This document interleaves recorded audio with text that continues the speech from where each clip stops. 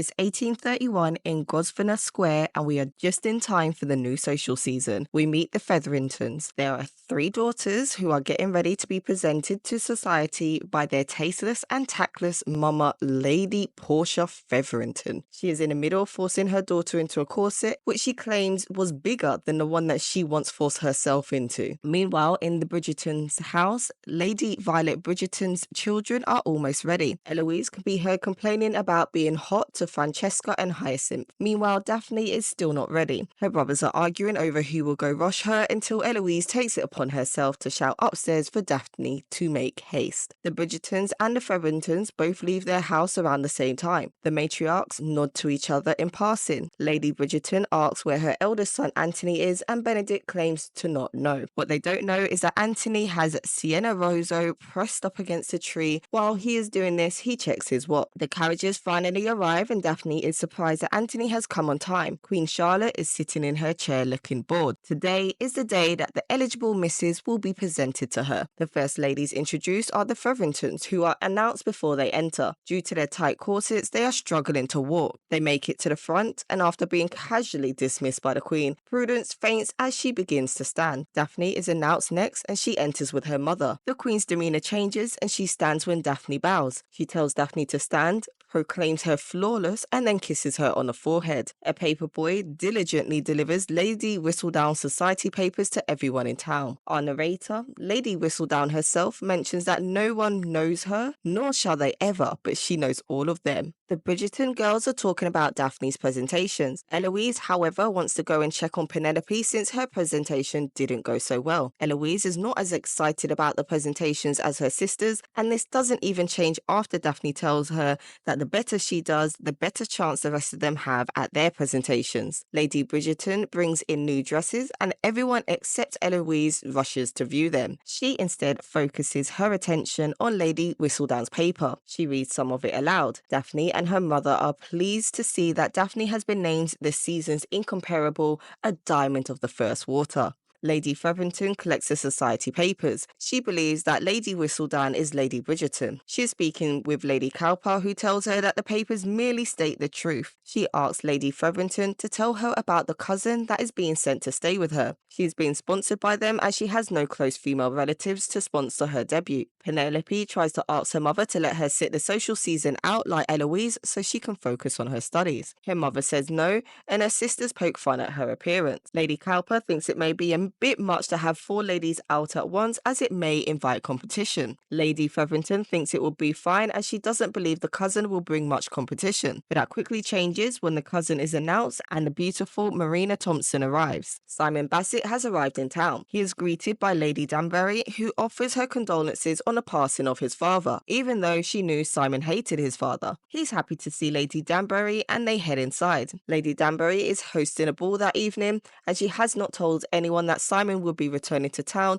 as everyone will be interested in him. He tells her that he is only in London so that he can deal with his father's affairs. He has no intention of socialising, however, he makes a brief appearance after Lady Danbury refuses to accept his refusal. Anthony is watching Sienna practice in her scales. She smiles when she sees him.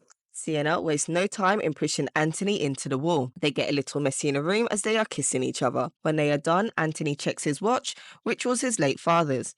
Sienna wants him to stay, which he can't as he has to escort his sister to the Danbury ball. Sienna asks what the balls are like, and he tells her that she would not like them. When he sees how disappointed she is, he tells Sienna that he will always protect her. Daphne exits the carriage, and she is flanked by her mother and brother. At the Danbury ball, the eligible ladies and gentlemen dance and flirt. Penelope is watching Colin from a distance, who is dancing with another lady. While this is happening, Lady Cowper and Lady Featherington are watching and gossiping. As Daphne enters the room, all eyes turn to her. Lord Ambrose approaches, but Anthony quickly reminds him of his unpaid betting debts. Ambrose bows and retreats, leaving Daphne surprised to learn about his debt. Daphne continues to draw attention as she mingles, but Anthony dismisses every man she finds interesting. They eventually join her other brothers, where Colin shares his excitement about starting a tour in Greece. They spot Lady Danbury and try to avoid her, but she sees them first. She asks if Daphne will be dancing and offers condolences upon realising Anthony's interference. Meanwhile, Marina catches Colin's eye, but neither he nor Benedict know who she is. Lady Featherington tries to put Marina down, but the others aren't fooled. They watch as Colin joins the dance with Marina, knowing she will have a long list of suitors waiting to meet her. Lady Featherington, standing with Prudence and Philippa, spots Simon and drags her daughters toward him before he can notice Marina. However, when they arrive, a swarm of other girls does as well. Daphne manages to sneak away from her brother and heads to the drink table, where Nigel Berbrook quickly approaches her. She excuses herself and walks back to her brother, but on the way she bumps into Simon and asks his name. He doubts she doesn't already know it, thinking she's pretending to meet him while eyeing Nigel nervously as he approaches. Just then, Anthony arrives and greets Simon warmly, introducing him to Daphne. Anthony knows Simon from their days at Oxford and they briefly catch up. Lady Bridgerton arrives to get Daphne for a dance, but Anthony insists it's time for them to leave. He wants to leave the men wanting more. Daphne reluctantly agrees. The next morning, Daphne's already awake when her maid arrives. She's eager to receive her callers. Daphne, her mother, and her sisters are busy with their crafts while waiting for visitors. When someone arrives, they stand, but it's just Anthony, who couldn't sleep due to the excitement in the house and has come to join them in receiving callers. The Featheringtons are also waiting for callers. Their footman announces the callers are there for Marina. Lady Whistledown announces that the true diamond of the season is not Daphne, but Marina, who receives many suitors. The Queen, who hates being wrong, reads the society papers with a frown, assuming Lady Featherington must be pleased to have the incomparable under her roof. The Bridgerton ladies discuss Lady Whistledown's report. Daphne wants to attend events without Anthony, but her mother reveals Anthony has already replied on their behalf and set their schedule through June. Finally, a suitor arrives, but it's just Nigel Berbrook. Eloise tries to stay as a buffer for her sister, but their mother sends her away, and Nigel seems to believe that they are destined to be together. Marina entertains many suitors, one of whom recites a poem for her. After he's done, Lady Featherington ushers them all out, and Colin speaks to Penelope on his way out. Anthony assures Daphne she will have other suitors, but she's worried she's damaged goods because of what Lady Whistledown wrote. She knows it's true because Anthony has scared off all her other suitors. He doesn't understand what it's like to be a woman raised for one moment that defines her value. She must find a husband or be seen as worthless in society. Lady Whistledown reports on Simon's continued presence in London. Simon, however, has no plans to marry, which he's told many others. Simon and Anthony are drinking and socialising at the club. Simon insists that his title would die with him as he rejects it. He then asks Anthony about his own marital plans, implying Anthony can't stay with his mistress forever. Anthony tells Simon that, unlike him, he has brothers. Lady Whistledown predicts that Colin Bridgerton will win Marina's affections. Marina and Colin laugh together while Penelope plays with the dog a suitor gave Marina. Lady Featherington is annoyed by this but knows her husband won't let her send Marina away. Nigel tries to call on Daphne again, which makes her crumple the paper in frustration. At an event, Daphne avoids Nigel. Lady Danbury invites her to join her and the Queen. The Queen quickly leaves and Lady Danbury invites Daphne to spend the evening in her box. Lady Danbury and Lady Bridgerton are gossiping about the King's poor health as they watch the show. Sienna is performing. Lady Danbury mentions that Lady Whistledown has written about her family, particularly the Duke, whom she raised after his mother died. They agree that Simon and Daphne are not as Lady Whistledown describes, and Danbury tries to set up a match between them. As they dine, the Bridgertons discuss who Lady Whistledown might be, a conversation that Simon finds entertaining. As smaller discussions pop up, Simon notices Daphne doesn't seem to be pleased to be seated next to him. They talk about why they know about each other and agree they aren't interested in each other. Anthony is unhappy with his mother's matchmaking efforts, insisting the Duke has no intention of marrying. He thinks Daphne deserves better. Lady Bridgerton has invited them to the next social event despite his objections. She also reveals she knows about Anthony's affair with Sienna, telling him he must decide whether he's an older brother or the man of the house. As Anthony lies in bed with Sienna, he suddenly tells her that he can't see her anymore, as he must do what's necessary. She's upset, reminding him of his promise to care for her.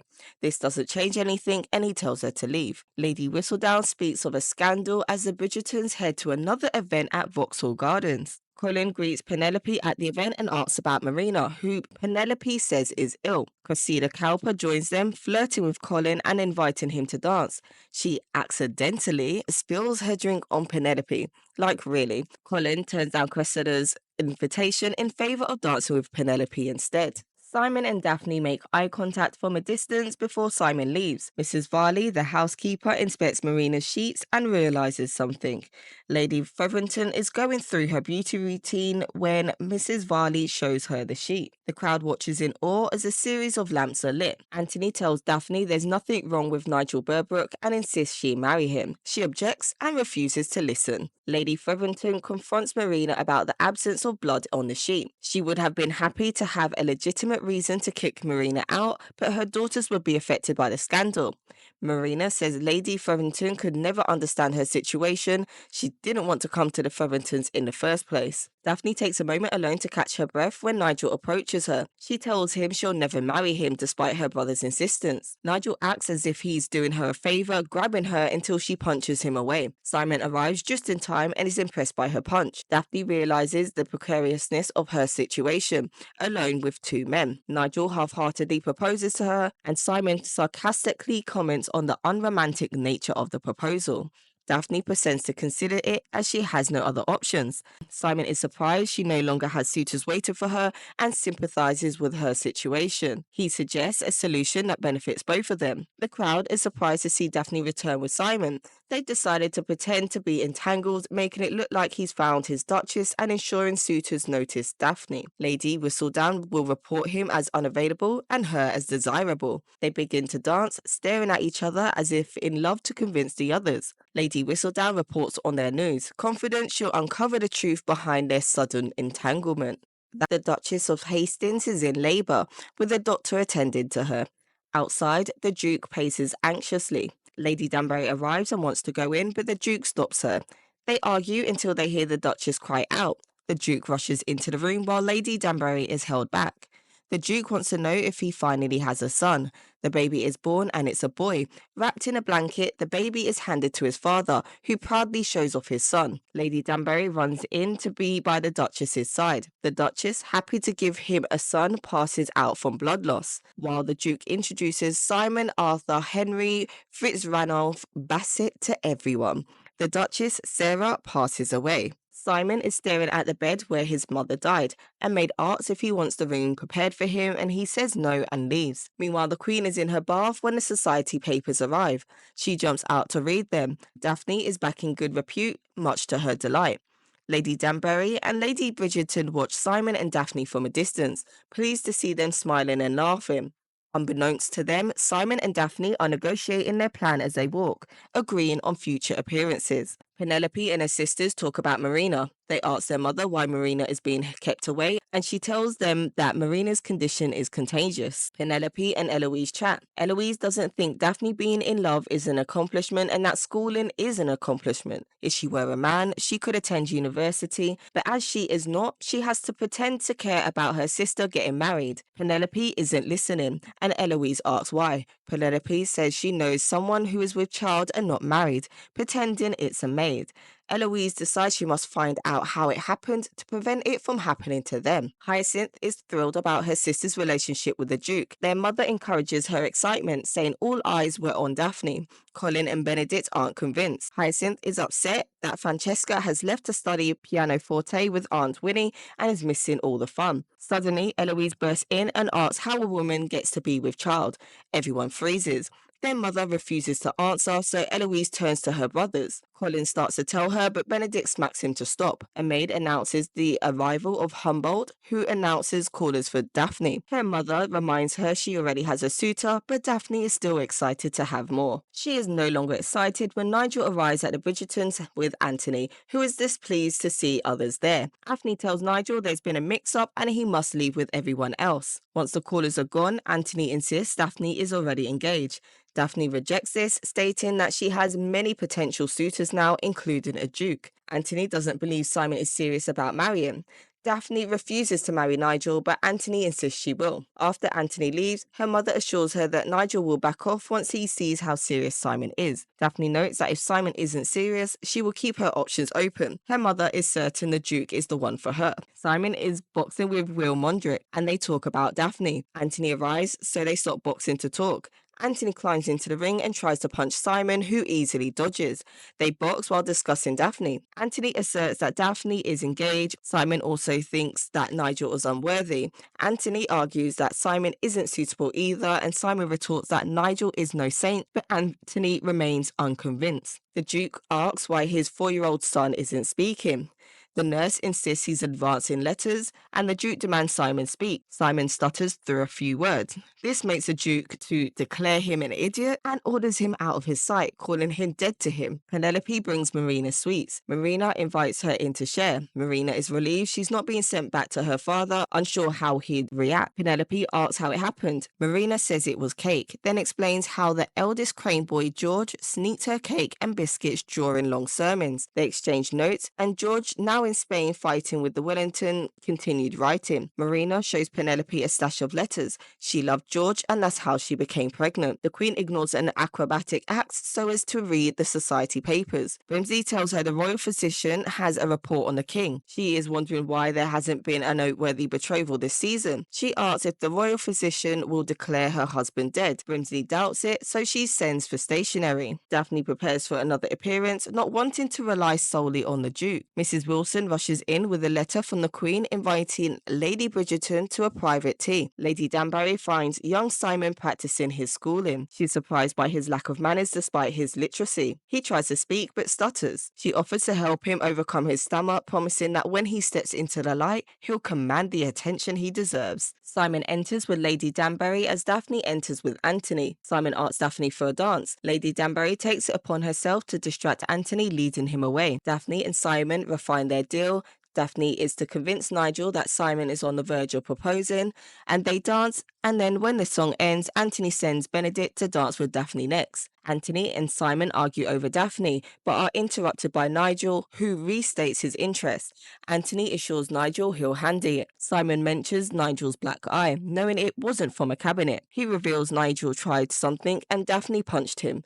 Anthony, horrified, tells Nigel to stay away from Daphne. Daphne sees what's happening and breaks away from Benedict. Anthony assures her she is safe from Nigel. Daphne is upset Simon told Anthony, not considering her position. Lady Danbury warns Simon not to mess things up with Daphne. Nigel takes it upon himself to confront Simon outside, questioning why he hasn't proposed unless he's already had Daphne. Simon warned him to never question Daphne's honour again. When Nigel taunts Simon about his father's desperation for a son, Simon starts punching Nigel repeatedly. Lady Danbury brings 11-year-old Simon to see his father. His father isn't pleased. Simon speaks clearly about his progress but starts stuttering when his father stands. His father calls Simon his worst failure, and Lady Danbury reminds him Simon will be the next Duke. The Duke orders them away.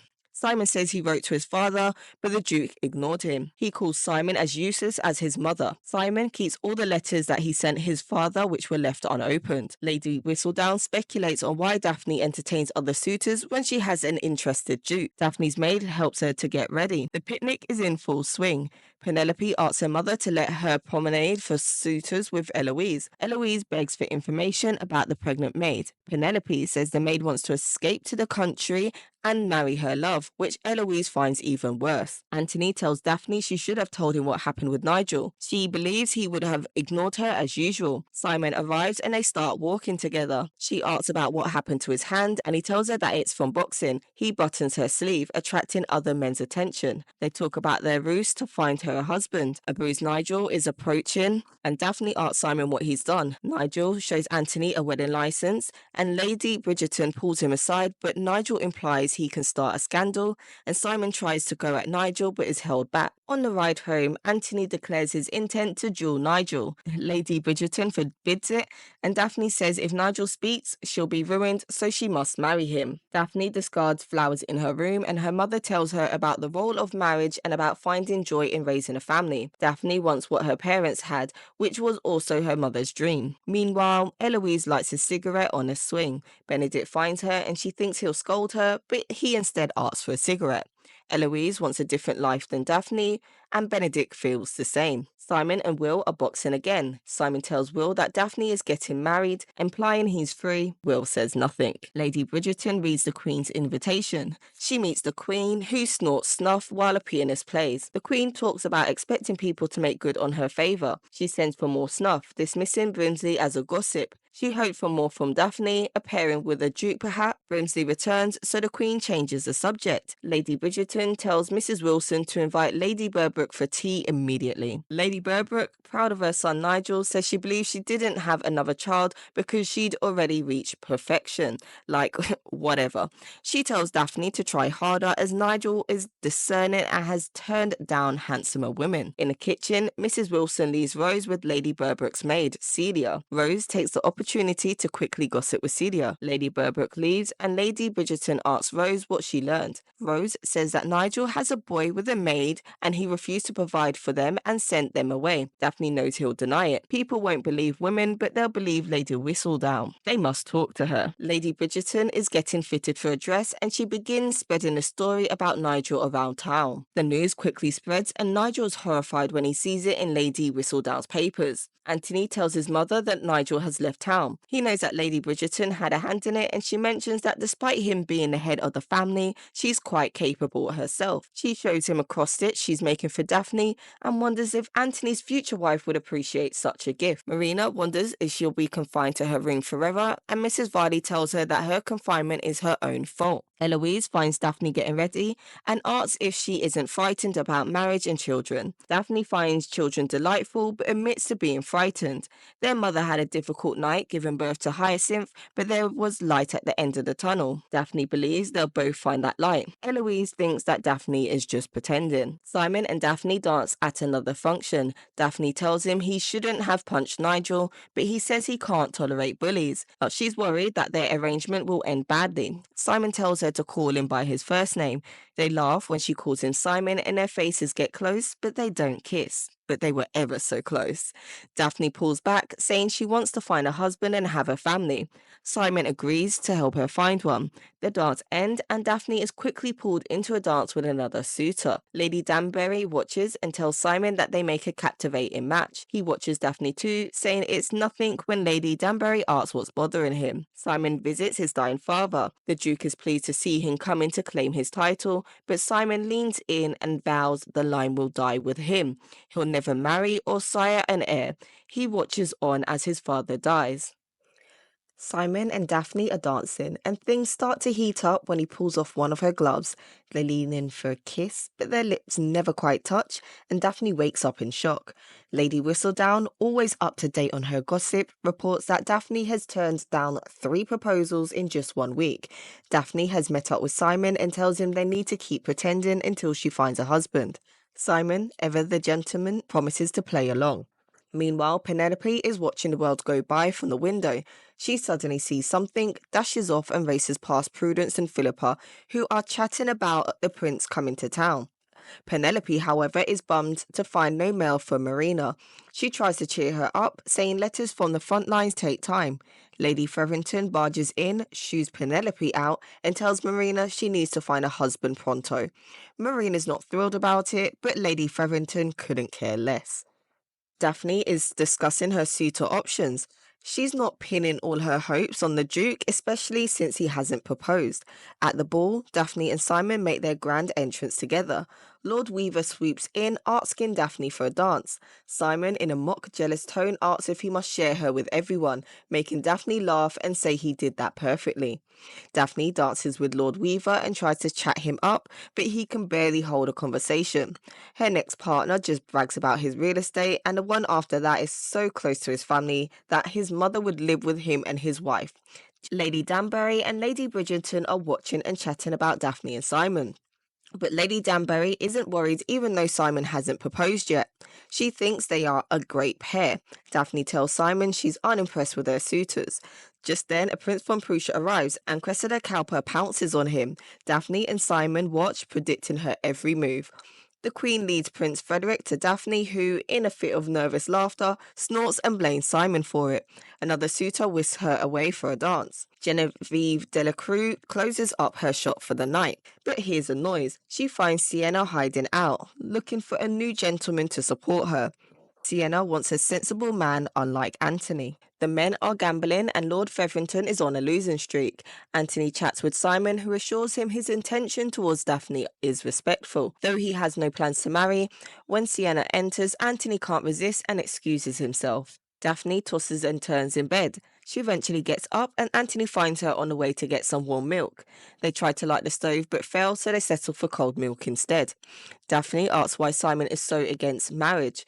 At first, Anthony hesitates but does explain Simon's lonely upbringing and hints that some people just aren't meant to be together, no matter how much they wish otherwise. Daphne thanks him and heads back to bed. Lady Whistledown mentions Marina re-entering society as Daphne practices her piano. Genevieve is fitting Marina for a dress, noting that her measurements are incorrect. Lady Featherington blames it on Marina's fondness for cake. At another event, Prince Frederick makes another appearance and the ladies fawn over him.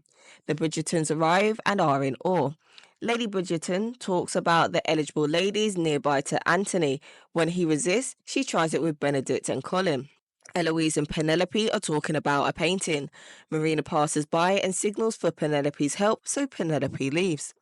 Lady Featherington is introducing Marina to Lord Middlethorpe. Penelope interrupts, but Marina rebuffs Middlethorpe, angering Lady Featherington. Henry Granville and Lady Danbury discuss a painting with Benedict, who criticises it, not realising it's Granville's work. When he finds out, he's embarrassed and asks Lady Danbury why she didn't stop him. Prince Frederick finds Daphne, they chat, but she's distracted by Simon and excuses herself. Daphne finds Simon alone enjoying some art. She's pleased they're fooling Lady Whistledown into thinking they're madly in love. They admire a painting that was Simon's mother's favourites, and as they touch, a noise breaks the moment. They find a crowd around Cressida who has swooned into Prince Frederick's arms. Simon heads home instead of the opera. The Queen is unimpressed with Lady Whistledown's latest paper. Frederick questions the King's absence, but the Queen insists Daphne is the perfect match for him. Frederick worries she's spoken for, but the Queen tells him to charm her. Benedict is frustrated with his drawing and tears a page from a sketchbook. Daphne practices piano until Eloise asks her to stop. They argue, but Eloise finally asks about the piece she's playing. Daphne had composed it herself but hasn't named it. Eloise tells her to practice and come up with a name. Lady Featherington takes Marina to the slums to show her future if she doesn't marry. Marina, undeterred, insists she has a man who loves her, though he hasn't written back since learning she's pregnant. Lady Featherington says men often waver when faced with consequences.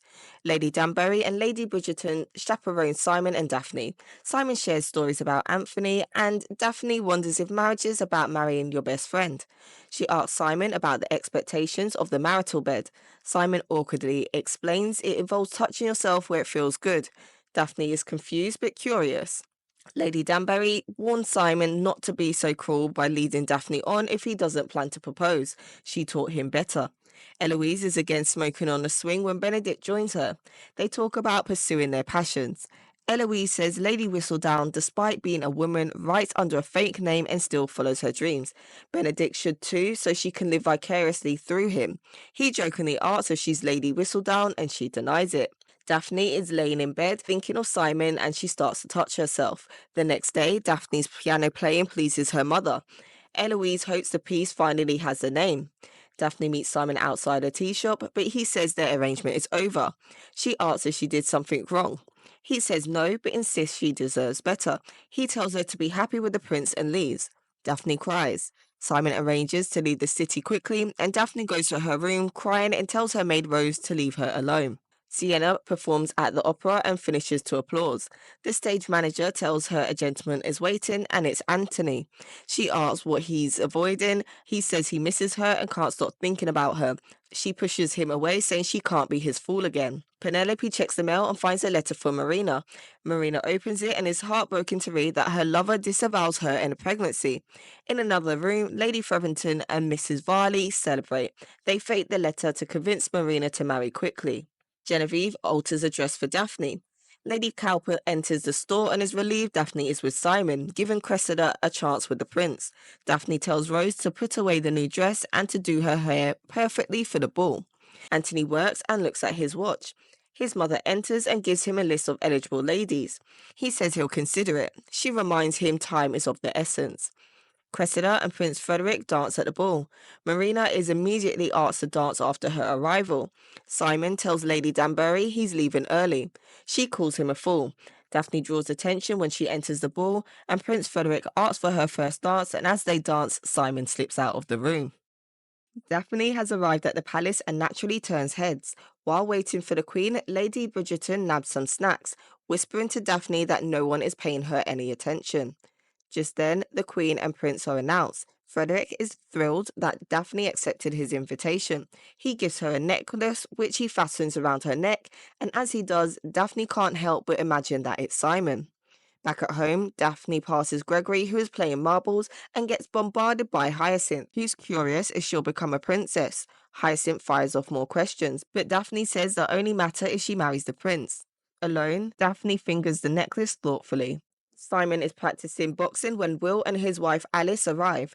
Will senses Simon is picturing the prince as his punching bag. Simon tells Will he's leaving England and will miss their match. Will, worried about his own prospects, begs Simon not to abandon him as he needs Simon's help. Marina faces scrutiny from a potential suitor, Lord Rutledge. While Lady Featherington lists her virtues, Rutledge agrees to take Marina to an upcoming ball. Once he's gone, Marina protests, saying she's had better suitors. Lady Featherington insists they need someone who won't ask questions when Marina gives birth in 6 months. Marina passes Prudence and Philippa, ignoring Penelope's offer to stay in. Lady Featherington questions Lord Featherington about sending Marina back to her father, but he shuts down the discussion. Their footman announces a visitor, Albion Finch, who's there for Philippa, not Marina, much to Lady Featherington's relief. Eloise grumbles to Penelope about fashion and the expectation that she'll be the next to marry after Daphne. Eloise envies Lady Whistledown's freedom and wants to meet her. She suggests Penelope fake an illness to help her find Lady Whistledown, but Penelope says she can't fake an illness and instead promises to cheer Eloise's efforts. Anthony leads Daphne to the fight where Frederick waits. Frederick admits he arranged for Anthony to bring her so they could spend some time together. Daphne hesitates when she sees Simon but recovers and accepts Frederick's invitation. Simon and Will discuss sparring with Lord Featherington, who bets against Will, favouring the prince's man instead. As the match begins, Daphne watches Simon more than the fight. She and Frederick talk about family and children, while Simon is distracted by Daphne. They end up cheering for opposite sides, but Will wins the match, which angers Lord Featherington. Lord Featherington is being hounded by creditors. He begs them for more time to gather funds. Henry Granville is quizzing Benedict about his taste in paintings. Benedict stammers an apology, but Henry dismisses it, inviting Benedict to his studio. Anthony tells Simon he misjudged him, acknowledging Simon's honourable intentions with Daphne. Frederick pulls Anthony away for a word while Simon watches from a distance. Lady Bridgerton is scandalised that Anthony took Daphne to a fight and left her alone. Daphne downplays seeing Simon, and then Anthony tells her Frederick has asked for permission to propose. Daphne is shocked, but Anthony says the decision is hers. Lady Bridgerton advises Daphne to keep her options open. Lady Danbury sees Simon off, warning him he'll end up lonely if he lets Daphne slip away. She urges him to look at the royal marriage as proof that love conquers all. Simon remains sceptical, promising to write from wherever he goes. At Lady Trowbridge's party, Lady Whistledown cautions against getting too caught up in the festivities. The Featheringtons arrive and Marina is quickly paired with Lord Rutledge. Albion Finch dances with Philippa, while Lady Featherington dreams of 2 weddings, though Lord Featherington is doubtful. Cressida confronts Daphne, upset she took the prince. Daphne brushes her off and dances with Frederick. Lady Bridgerton watches, distress. Simon spots a painting he had returned, reminding him of his mother and Daphne. Benedict visits Henry's studio, finding a scene more risque than expected. Henry encourages Benedict to embrace his own talents without judgment. Sienna performs at the party, catching Anthony's eye. Lady Bridgerton introduces him to Miss Addington, but he remains focused on Sienna. Lady Featherington compliments Lady Trowbridge's taste before being interrupted by her daughters. Philippa is upset after Lord Featherington scares off Albion Finch. Lady Featherington demands answers from her husband, but he remains silent. Eloise suspects Mrs. Wilson is Lady Whistledown, but Miss Wilson laughs it off, explaining servants don't have the time or money for such things. Penelope watches Marina dance with Lord Rutledge. Colin walks up to her and he jokes about the baby of Lady Trowbridge. He's puzzled by Marina's interest in Lord Rutledge, but Penelope explains Marina seeks a swift rescue. Colin steps in to dance with Marina and they joke about Lord Rutledge. Frederick and Daphne dance and talk about family, but Daphne becomes anxious. She excuses herself and rushes outside, removing the necklace.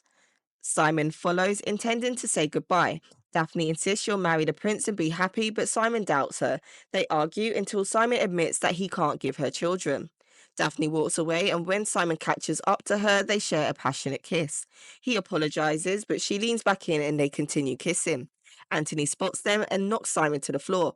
He tells Simon that he must marry Daphne immediately. When Simon tells him no, Anthony challenges him to a duel at dawn. This upsets Daphne as it looks like Simon would rather die than marry her.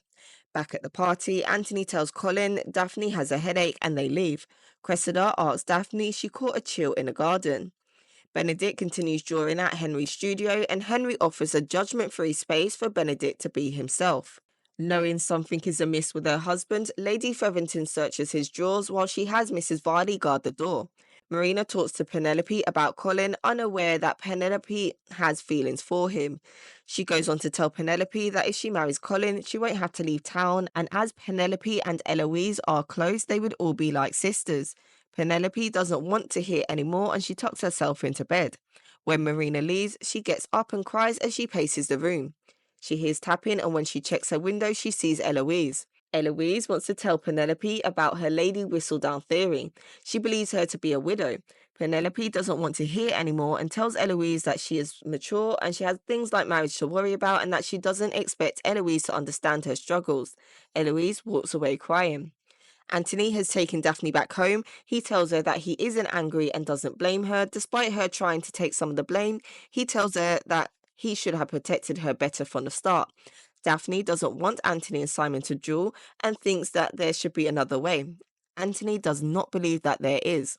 When Benedict returns home, Anthony sends Daphne to bed so that they can talk. Anthony asks Benedict to be his second. If Anthony dies, the title and estate will pass to Benedict. If Anthony manages to kill Simon, he would need to leave the country and Benedict will be the head of the family in every way that matters. Meanwhile, Simon is desperately looking for a drink in Will's home. Simon tells Will about the duel. Will tries to tell Simon to apologise, but when Simon tells him it won't work as it has something to do with Daphne, Will instead tells Simon he would be his second. Anthony visits Sienna, proposing they flee together if he survives the duel. They share a passionate moment before he leaves. Lady Featherington confronts her husband about his gambling and debts, discovering he squandered their money. She demands a solution, but he breaks down, admitting he's failed. Daphne learns the duel's location from Colin and rides out to stop it. She reaches them just as Anthony fires into the air. Daphne insists on marrying Simon to avoid ruin despite his reluctance, as they were seen by Cressida Cowper and she would be ruined if they don't marry. He tells her that he can't give her children and that she deserves to have a life full of love like the one she grew up in. Anthony calls for the duel to resume, but Daphne says there is no need as she will be marrying Simon anyway. Daphne quickly strips off her clothing and hops into bed, just in time for Rose to come in and wake her up for the day. Daphne pretends to have been sleeping and asks if her mother is awake yet. Meanwhile, Mrs. Wilson tends to Lady Bridgerton, who insists she didn't overindulge last night and simply slept poorly. Mrs. Wilson leaves to fetch raw eggs and garlic, and as she does, Daphne comes in and announces that she's engaged. Lady Bridgerton, as she assumes that it's to Prince Frederick, she pretends to be thrilled. When Daphne tells her that it's actually Simon who she is engaged to, Lady Bridgerton is genuinely happy, but notes that Daphne doesn't seem to be thrilled. Daphne explains that it's just because everything happened so quickly and insists that she's overjoyed. Lady Bridgerton is thrilled for her, and Daphne declares that she is so in love that she can't imagine waiting a full month to marry. She wants a special license to marry immediately. Lady Bridgerton, reminiscing about her own passionate love, sees no need for an explanation. Mrs. Wilson returns with a drink, but Lady Bridgerton, now feeling much better, says that they have a wedding to plan in 3 days. Daphne pretends she's marrying for love, just as she always wanted. Queen Charlotte, who's walking her dogs, proclaims that Daphne and Prince Frederick's wedding will be the grandest of the year, sparing no expense. However, when she receives Lady Whistledown's latest report revealing that Daphne is engaged to Simon, she is taken aback. Prince Frederick approaches, sensing something is wrong, and asks if anything has happened. Rose dresses Daphne, who lists all the things she'll need for her wedding. Lady Whistledown speculates why Simon and Daphne need a special license, either true love or a scandal. This makes Cressida and Lady Cowper smirk as they read it. As Daphne, Eloise, and Hyacinth descend the stairs, followed by their mother and maids, Hyacinth asks Daphne what it feels like to be in love. Eloise has a less flattering view, but Daphne tells her she'll know soon enough. Eloise denies she'll follow in Daphne's footsteps. Humboldt then announces Prince Frederick's arrival to see Daphne. Daphne apologizes to Prince Frederick, who assures her that it's unnecessary. He admits he was surprised but believes he misread the situation. She says he didn't, but explains that love is the greatest force of all and she and Simon couldn't resist their feelings for each other. Frederick wishes her luck and leaves. Once he's gone, Daphne realizes Hyacinth has been eavesdropping and hopes Simon's proposal was half as romantic as her conversation with Frederick. Lady Danbury is frustrated because Simon is late to meet her, Daphne, and Lady Bridgerton. When he finally arrives, it's clear that he's been drinking. Daphne suggests a walk, leading to an awkward conversation. They're met by Lord Wetherby and his wife, who notice the couple's apparent discomfort. Lady Bridgerton chalks it up to nerves. Anthony goes to see Genevieve Delacroix, only to be told that Sienna is not there. Genevieve tells him that it's too late. Sienna is gone and refuses to reveal her whereabouts, saying he's done enough. Lady Feverton tells Lord Feverton that Mrs. Varley had trouble at the Modiste. Genevieve is refusing dresses until the bills are paid. Lord Feverton dismisses the need for new dresses, suggesting they rewear old ones. Lady Feverton retorts that he could do without his tobacco, snatching his pipe. Their footman announces Colin is there to visit Marina, who admires the flowers he brought.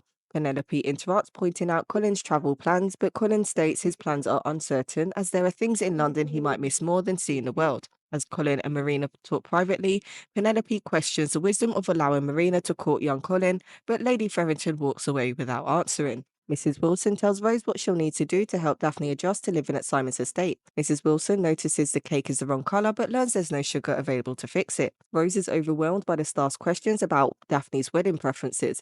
Mrs. Wilson advises Rose to know these things as she is Daphne's lady's maid. Genevieve works on Daphne's wedding dress, promising she won't be disappointed. Lady Bridgerton mentions the need for new night dresses, confusing Daphne until Genevieve explains they're for the honeymoon. Cressida approaches Daphne and Daphne asks for a private word. Cressida reveals she saw Daphne and Simon unchaperoned in the garden and accuses her of trapping Simon into marriage. Daphne warns Cressida to be careful with her words as she could make an enemy of a future duchess. Queen Charlotte reads the latest Lady Whistledown paper unhappily. Prince Frederick announces his return to Prussia. The Queen advises him to fight for Daphne if he truly wants her, but he declines. Informed that the king is lucid, the Queen, frustrated, dismisses Frederick. Simon meets with Antony, who brings up Daphne's dowry. Simon refuses it, finding the concept insulting, and suggests putting the money in a trust for Daphne. He assures Antony of his commitment to Daphne's well-being. Antony apologizes for shooting at Simon, but Simon shrugs it off, teasing about Antony's poor aim. The Archbishop arrives and Antony thanks him for the special license, but the Archbishop reveals it's been denied. Daphne is shocked by the denial, worried it gives Cressida time to ruin her reputation. Lady Danbury arrives, suggesting that they appeal to the Queen directly. They should simply declare their love without begging or insincerity. Daphne and Simon agree. Benedict returns to Henry Granville's, awed by the scene. He flirts with Genevieve and soon they are kissing. They find Henry in an embrace with another man but quickly return to their tryst. Simon is drunk when Will finds him, questioning if marrying Daphne would be so bad. Simon, frustrated by the circumstances, downplays his feelings. Will and Alice are invited to the wedding, which they accept. Alice mentioned Will's new exhibition series, hoping Simon and Anthony might invest. Daphne, Simon, Lady Bridgerton, and Lady Danbury appear before the Queen. Daphne declares their love, recounting their journey from friendship to romance. Simon supports her, describing how Daphne brings him joy and pleading for the Queen's blessing. Touched, the Queen asks Daphne if she wants to marry Simon. Simon stands at the front of the church and Anthony leads Daphne down the aisle surrounded by family and friends. The Archbishop marries them. At the reception, Daphne is intercepted by Cressida, who hopes Daphne will remember her kindness in keeping secrets. Penelope watches Colin and Marina flirt, worried about Marina's intentions. Marina suggests a private moment and Colin proposes. Marina, thrilled, accepts, but they agree to delay the announcement out of respect for Daphne's day. Daphne thanks the Queen, who hopes she enjoys her wedding night. Lady Danbury insists she is not Lady Whistledown to Eloise, who vows to find out the truth. The Queen, intrigued, asks Eloise about her suspicions. Henry compliments Benedict, who is introduced to Henry's wife, Lucy. Lady Bridgerton finds Daphne in her old room, offering motherly advice about marriage. Daphne has questions about children, but Lady Bridgerton reassures her of Simon's love. As they prepare to leave, Daphne hugs her family, giving Eloise her old room as a gift. Daphne and Simon depart in a carriage headed for an inn for the night. At the inn, they are given separate rooms, and Daphne, distressed, confronts Simon. They confess their feelings, leading to a passionate kiss. Their kiss turns more intense, and they move on to the bed. Simon tenderly guides Daphne through their first night together, deepening their bond as husband and wife. That's it for the recap of Bridgerton. Please don't forget to like, comment, and subscribe, and stay tuned for the next recap. While Lady Whistledown congratulates them on their marriage, Simon and Daphne steal a kiss in their carriage. As they arrive home, all the servants await them on the front step. Daphne is amazed by the sight, and they acknowledge the servants as they enter. Mrs. Coulson is thrilled to welcome Simon back and to meet Daphne. She has a meal and a tour ready, but Simon has other plans and sweeps Daphne inside. Daphne is surprised to learn that they'll be sharing a room. Simon picks her up and carries her to their room, and Penelope watches Colin and Marina interact, green with envy. Hyacinth wonders what Daphne is up to, and Lady Bridgerton explains she has Duchess duties. There are things Eloise should be learning for her debut, but Eloise isn't interested. Hyacinth runs off to play, and Eloise complains she's not good at those things. Lady Bridgerton suggests she might feel better if she spent as much time practicing as she does writing in her journal. Also, she needs to get her skirts lowered. Eloise has no time for that. She's busy identifying Lady Whistledown for the Queen. They're interrupted by Colin's announcement. He and Marina are engaged, shocking everyone. Anthony immediately asks his mother if she knew, but she reminds him people are watching and tells him to congratulate the couple. Anthony confronts Colin, who admits he kept it from Anthony on purpose. Anthony asks if he compromised Marina, but Colin denies it. Anthony laments not taking Colin to brothels, but Colin insists it's true attachment and asks for Anthony's blessing,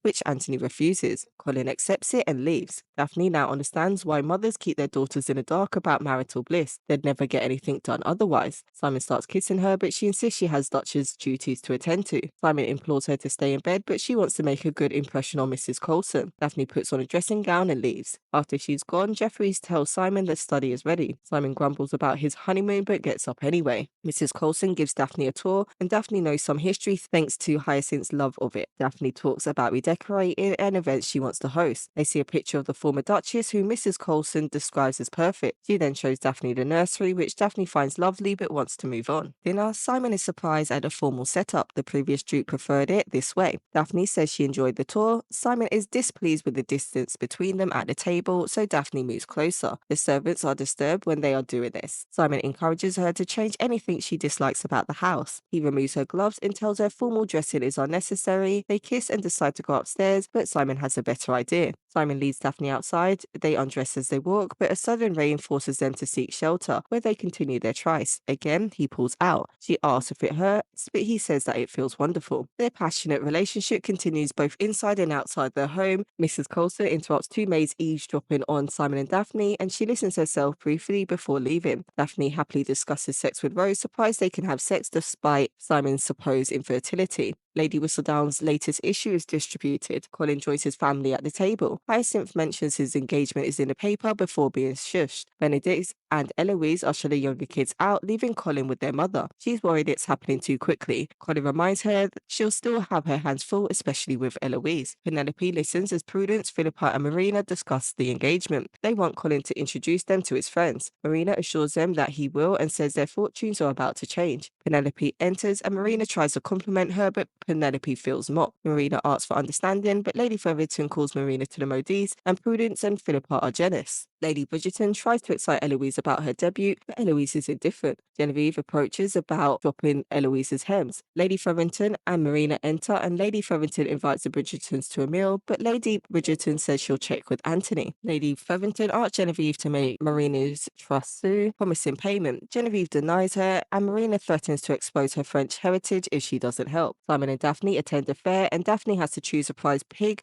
but declares a tie upon learning the winner will be slaughtered. They meet a struggling farmer who says rent has tripled. Daphne assures them there finds a solution. A crying child approaches, and Daphne comforts her before returning her to her mother. Daphne asks Simon about the rent, and they discuss her interactions with Ada. Simon says she'll be a splendid aunt and shares a kiss with her. Marina shows off her look to the Featheringtons, and Lady Featherington mentions they need to make for a swift wedding. Penelope laughs, doubting the plan will work on Lady Bridgerton. Marina talks about wanting to travel with Colin. Lady Featherington suggests marrying soon to take advantage of the weather. Anthony suggests a longer engagement as Colin is still young. Philippa plays piano poorly as Prudence sings off key. The families watch politely. Penelope sees Colin leave and follows him. In the hall, Penelope tells Colin about Marina's love for George Crane. Colin doesn't care about her past feelings, and Marina enters and Penelope leaves. Marina tells Colin that neither her father nor the Featheringtons want her. Colin reassures her they'll make their own family. They decide to marry in Scotland, and Marina expresses her love for Colin. Daphne wakes alone and searches for Simon. She finds him working, having discovered mismanagement in his absence. Daphne suggests visiting tenants with gift baskets, but Simon doesn't respond, so she leaves. Rose and Daphne make baskets in the garden, and Mrs. Colson tells Daphne she'll handle it properly. Daphne laments that Mrs. Colson hates her, but Rose insists she hates everyone. Daphne and Rose try to distribute the baskets, but the villagers reject them. Daphne learns from Joanna that she snubbed the farmers by not choosing a winner for the pig contest. Determined to fix it, Daphne heads home to find Simon setting up work in the East Wing. Daphne asks Mrs. Colson for guidance, admitting she made missteps. Mrs. Colson shares Simon's difficult childhood, his mother's longing for a child, and her death giving birth to Simon. Penelope feigns illness to avoid dining with Lady Gartside. She searches Marina's room for letters and discovers one is a forgery. Marina dismisses this, planning to go to Scotland with Colin. Marina realizes Penelope loves Colin and advises her to let go of the fantasy. Daphne finds Simon working late. They start kissing and they have sex, but Daphne stops him from pulling out. Afterwards, she confronts him about lying. Simon argues he told her he couldn't have children, but Daphne clarifies that he chose not to. She feels betrayed and leaves in anger. Lady Whistledown's next issue reveals a grave fraud. Eloise takes down her hair and hugs her sobbing Penelope. Lady Bridgerton shows Colin Lady Whistledown's issue, revealing Marina's pregnancy. Marina prepares to leave with Colin, but is stopped by Lady Featherington. Simon sits sadly and Daphne cries in another bedroom.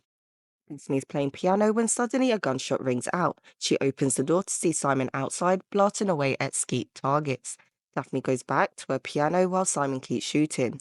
Meanwhile, Rose watches Daphne play and Jeffries keeps an eye on Simon, both getting more and more anxious. Daphne tells a servant to check if Rose had moved her things out of Simon's room. Simon sends a message back through another servant. No way. Daphne confronts Simon, asking how he expects to share her bed after all his lies. Simon, cool as a cucumber, says he doesn't care about that. He wants her to stay there because she's his wife. Daphne points out that traditionally, wives move to their own chambers post-honeymoon. Simon demands updates on her efforts, and Daphne agrees to keep him posted. Rose comes in with the latest Whistledown gossip. Daphne reads it and declares they need to pack immediately. Her brother is in a scandal, and she must return to her family. Simon insists on joining her, saying it would look suspicious otherwise. Daphne demands the largest carriage for some space. Lady Whistledown spills the tea on Marina's condition as Colin sulks in bed. Lady Bridgerton and Eloise step out of their home, bumping into Lady Featherington and Marina. The modiste Genevieve is working on Eloise's dress. Eloise threats that the scandal could tarnish her debut, suggesting that they delay it. Lady Bridgerton reassures her to keep smiling as other women are present. Eloise wonders if a smile is enough to save the Featheringtons, whose reputation is now toast despite their innocence. Lady Bridgerton advises focusing on their own family, then greets the other ladies. Genevieve remarks she'll never cross Lady Whistledown, whose word is law. Eloise realizes that if Whistledown can ruin a reputation, she can also restore one. Lady Featherington tries to get Marina into a hospital, and a nurse says a sizable donation might get to her room. Daphne waits in a carriage. They've arrived at her family's home. She leaves Simon in the carriage and heads inside. Colin wonders why he can't visit Marina, and Anthony explains that Whistledown's word is law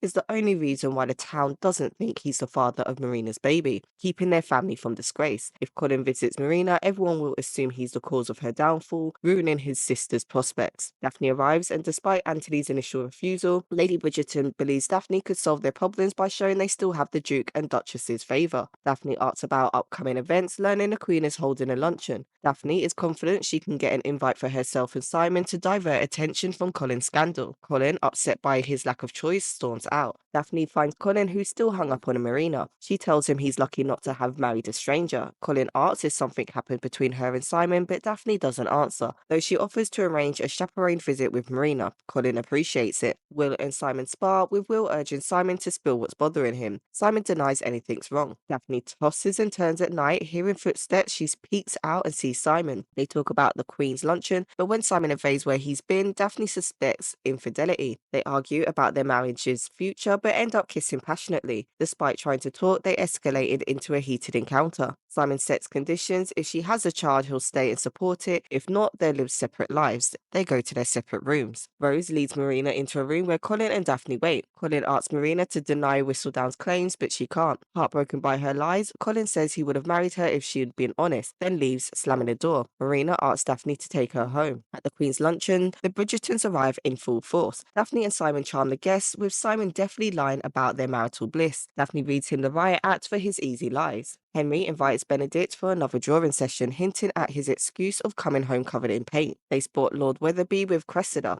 Henry offers to introduce them, but Benedict declines, heading for his mother. Brimsley informs Eloise that the Queen needs to speak with her. The Queen shoos everyone away and demands Eloise unmask Lady Whistledown. Eloise admits she hasn't figured it out, frustrating the Queen. Lady Danbury notes that Simon and Daphne's return distracts from Colin's scandal. Daphne insists it's a coincidence. Lady Danbury invites Daphne to a party specifically for the married ladies of the ton. The Feathertons' arrival at the event causes a stir. Lady Cowper is appalled by their audacity. Eloise pulls Penelope aside, checking on her after the scandal. Penelope worries about Colin. Eloise, upset by Whistledown's impact on her friend's family, vows to unmask her and get a retraction. Lady Featherton approaches Lady Bridgerton, who brushes her off. Brimsley then asks the Feathertons to leave. Cressida makes a snide remark about them, prompting Daphne to call her out. Daphne walks out to the garden where her mother offers marriage advice. Daphne vents about feeling unprepared for married life. Lady Danbury watches them from a distance. Lady Featherton blames her husband for their ridicule. He retorts that he wasn't even there. Mrs. Varley interrupts to announce Daphne's arrival. Daphne tells Lady Featherton she needs to speak with Marina. Marina apologizes for what she did to Colin, but Daphne says she's there to apologize. She understands Marina's desperate situation and offers to help find George. Marina doubts he'll want her, but Daphne insists George shouldn't decide her future alone. Marina asks if Daphne is sure she wants to help, and Daphne says she is more than capable than Marina thinks. Lord Featherton sees a flyer for Will's next fight and suggests Will throw it for money. Will refuses, but is warned his backers are leaving him. Will angrily shoves Lord Featherton, but is asked to consider it for his family's sake. Rose tells Daphne everyone wants to see her. She must attend Lady Danbury's party, despite her dread. Simon and Daphne barely acknowledge each other in passing, and Daphne asks if the general's wife will be there and decides to go. Daphne enters a room full of socializing ladies. Lady Danbury introduces her to the group, including Kitty Langham, the general's wife. They play cards, with Kitty offering Daphne a drink to ease the sting of losing. Anthony finds Simon at the club, leading to a tense confrontation. The argument turns physical, requiring separation. Daphne finds Simon tending to his wounds and offers to help. She cleans his wounds and sits on his lap, kissing him. She pleads for him to open up about his aversion to children. Simon reveals a vow to never have children made in spite of his father. Daphne is furious, feeling betrayed. She says she'll know soon if they'll be miserable together or happy apart, depending on her courses. Lady Whistledown comments on gambling. Lady Danbury enjoys her meal, and Daphne writes a letter and gives it to Rose for delivery. Will contemplates Lord Featherton's proposal, and Marina paces in her room holding her belly. The Queen reads Lady Whistledown's latest report, feeling slighted by her omission of the luncheon. Lady Whistledown speculates about Daphne and Simon's secluded bliss, unaware they're actually avoiding each other. Daphne wakes and checks her sheets. Eloise shows Penelope her findings about Lady Whistledown suspecting a servant or tradesperson. Penelope agrees it's possible. Eloise plans to tell the Queen at an upcoming event which Penelope won't be attending. Daphne tells Marina she wrote to the general about George. Marina doubts he'll respond, but Daphne remains hopeful. Anthony apologizes to Colin for being harsh, suggesting the pain will pass. Colin asks how that's worked out for Anthony, who admits it's a work in progress. Lady Bridgerton is surprised Eloise joined them for the concert. Eloise admits she's looking forward to seeing the Queen. Daphne looks at her reflection, rubbing her belly. Simon asks if she's ready, and they leave for the concert. Simon and Daphne arrive and part ways. Benedict spots Lord Wetherby and Henry. Henry explains his love for Lord Wetherby and the dangers they face. Benedict realizes the courage needed to defy society's expectations. Eloise updates the Queen on her theory about Lady Whistledown. The Queen, frustrated, hires investigators to unmask Whistledown, shocking Eloise before she sends her away. Eloise asks Benedict about the concert's length. He leads her out, and Eloise tells him he is her favourite brother. Marina gathers ingredients in the kitchen. Benedict stops the carriage to pick up Genevieve, surprising Eloise. They share an awkward ride home. Queen's concert begins, and Anthony sees Sienna with another man and is heartbroken. Marina drinks a tea that she made. Simon reaches for Daphne's hand, making her smile. She looks down and is shocked, then excuses herself, visibly upset. Penelope goes to check on Marina as she wants to talk. When she opens her door, she finds Marina unconscious. She calls for her mother, who rushes in. Daphne checks herself, discovering blood. She cries as her mother holds her, and Simon's eyes wells up with tears.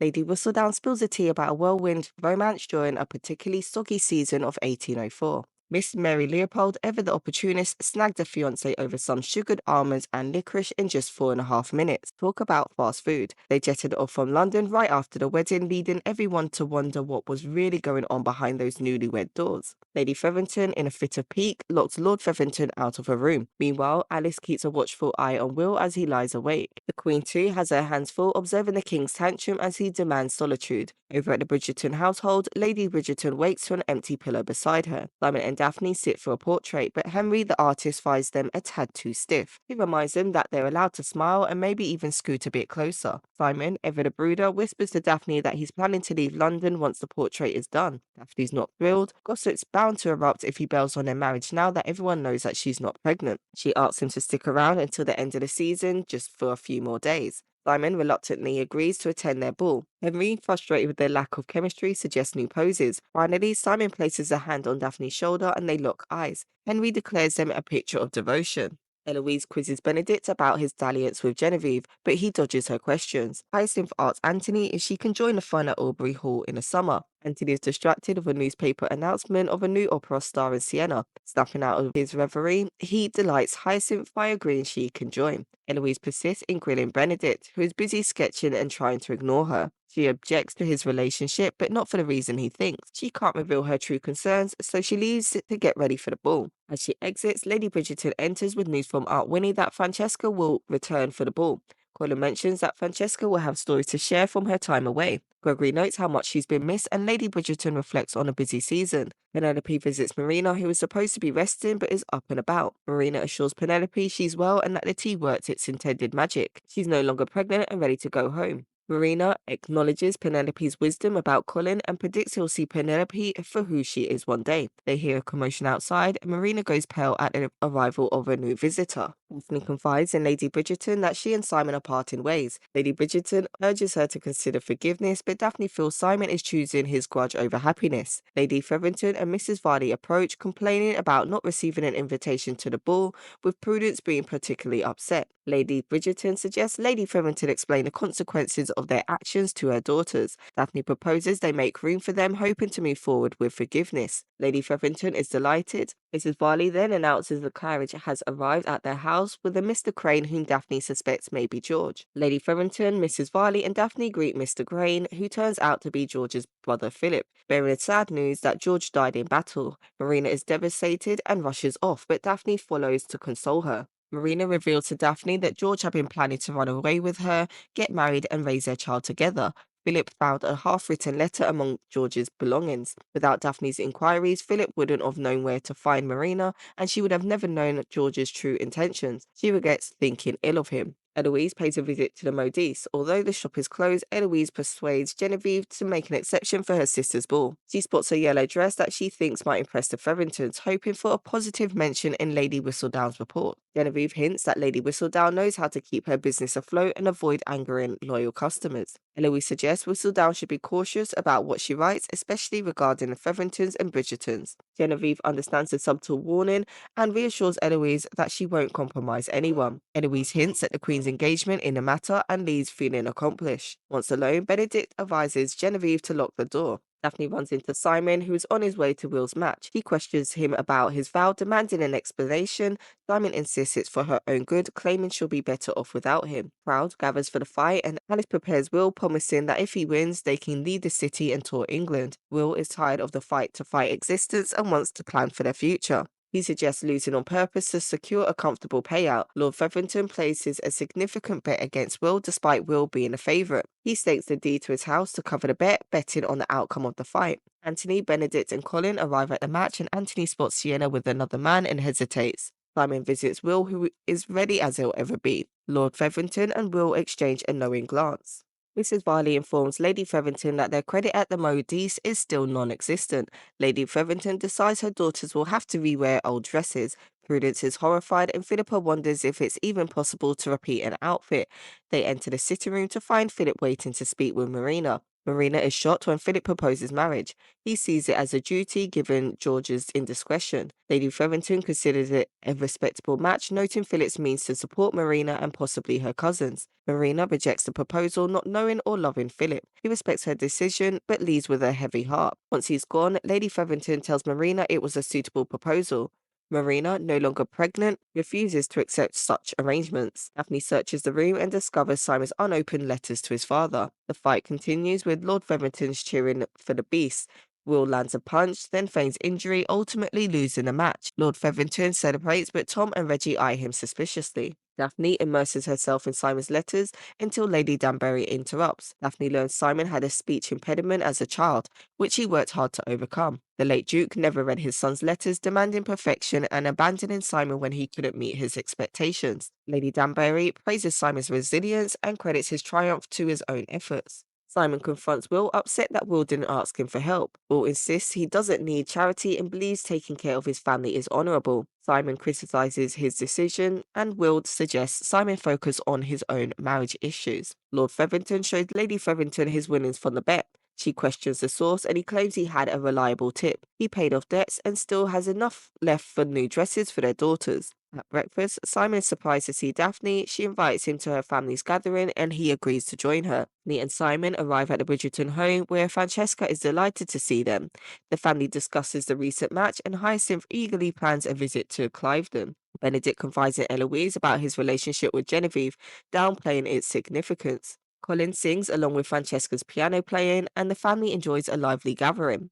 Eloise shares her news with Penelope, revealing she mistakenly believed Genevieve was Lady Whistledown. Penelope marvels at Genevieve's dual role and supports Eloise's aspirations for independence. Simon impresses Hyacinth with his paper folding skills, creating a paper pony much to Gregory's amusement. Lady Featherington and her daughters admire their new dresses. Lady Featherington muses about the possibility of Mr. Finch reconsidering his proposal now that Philippa's dowry is restored. Philippa is surprised to learn it was ever in jeopardy. Marina experiences sudden pain and requests a doctor. Genevieve looks on suspiciously. Lady Whistledown notes the anticipation surrounding the final ball of the season. Preparations for the Hastings ball are in full swing, with Simon and Daphne's portrait prominently displayed. Rose helps Daphne prepare while Jeffries assists Simon. The doctor informs Marina that despite the tea, she is still pregnant. Anthony and Sienna share a laugh in bed. He impulsively invites her to the ball, but she declines, knowing it's not her place. Anthony reluctantly accepts her decision. Simon and Daphne admire their portrait and negotiate the number of dances they'll share. Daphne notes Simon's good rapport with children, but he remains steadfast in his vow. Rose announces the arrival of guests and Daphne prepares for their last dance. The ball is in full swing. Simon watches Will and Alice, noting Alice's new necklace. Eloise arrives with Lady Bridgerton, struggling with her corset. Daphne reassures Eloise and offers her an escape to the library, expressing her gratitude for Eloise's present. The Featherington ladies arrive and Lady Cowper comments on their unexpected appearance, hinting at Lord Featherington's recent win. Lord Featherington is led into a private room. There's a bottle with the name Poison waiting on a table. Benedict and Colin are out for a stroll when Colin spots Penelope. He hurries over and apologizes for the whole Marina mess, saying he gets that she was just trying to protect him. Penelope graciously accepts. He wants to tell him something, but he beats her to the punch, announcing he's off on his tour starting tomorrow, inspired by her. When he asks what she wanted to say, she claims she's forgotten. He offers a dance, but she's all danced out and excuses herself. Eloise bumps into Penelope and mentions the Queen is at the ball, giving her a shot to discuss Lady Whistledown. Noticing Penelope's expression, she asks if she's okay. Penelope insists she's fine and leaves Eloise to her plan. Eloise makes her way to the Queen, but Brimsley stops her, saying she can't just waltz up to a royalty.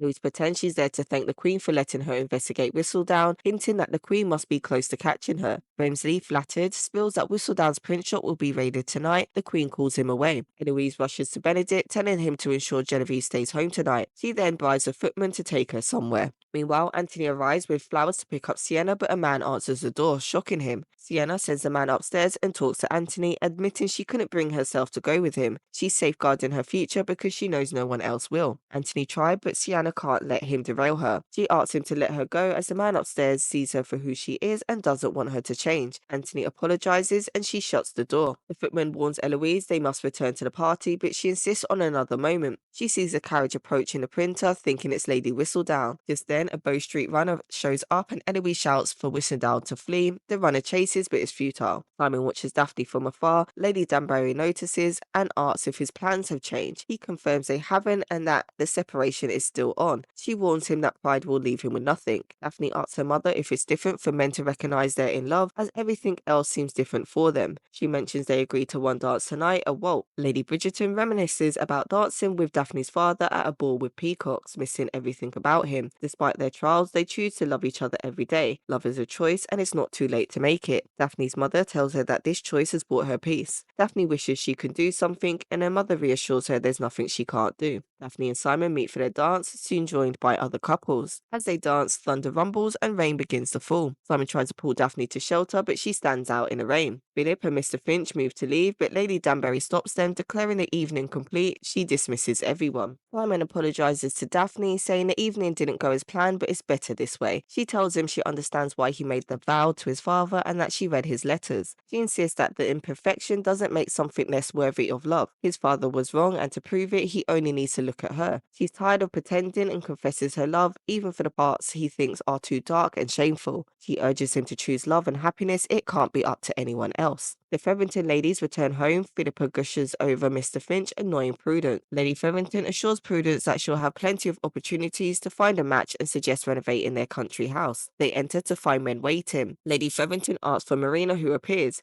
Mrs. Varley arrives with news. Lord Featherington is dead and the Bow Street runners have questions. Lady Featherington races to her husband's office, finding it empty and the money gone. She sobs. Simon goes to Daphne, admitting he doesn't want to be alone but doesn't know how to be the man she deserves. Daphne reassures him he does know and suggests they face things together. They kiss passionately, undress, and in a significant moment Simon does not withdraw. Lady Whistledown notes the splendid end of the season courtesy of the Duke and Duchess of Hastings. Colin prepares for his travels. Penelope cries on Eloise's shoulder, who pledges to help her. Penelope asks for some good news, and Eloise shares that she saved Genevieve and plans to set things right next season. Marina asks how she endured 22 years of loveless marriage. Lady Featherington advises finding small things to love, including her baby. She assures Marina she's strong and will do well. The Featheringtons watch Marina leave with Philip. Afterward, Mrs. Varley gives Lady Featherington a note with the name of the new heir to the Featherington estate. Colin says goodbye to his family. Gregory asks for a gift and Hyacinth requests anything blue or white. Colin tips his hat and departs on horseback. Daphne asks Anthony why she didn't see him at the ball. He apologizes, complaining he was unwell. He presumes she and Simon will return to Cliveden, but Simon says they'll stay in London for a while. Anthony plans to find a wife, focusing on duty rather than love. Eloise sends her regards to Genevieve through Benedict, who reveals she's headed to France. He admits he was with her last night, and Eloise realizes Genevieve isn't Lady Whistledown. Lady Whistledown acknowledges the attempts to unmask her and hints she may reveal herself someday. Riding alone in a carriage, she removes her hood to reveal she's Penelope Featherington. Daphne cries out during labour, with Simon and Lady Bridgerton by her side. After a tense moment, her baby boy is born. Asks Simon to hold him and mention they need to choose a name, suggesting it starts with the letter A, honouring family tradition. That's it for the Bridgerton recap. Don't forget to like, comment and subscribe, and stay tuned for the next recap.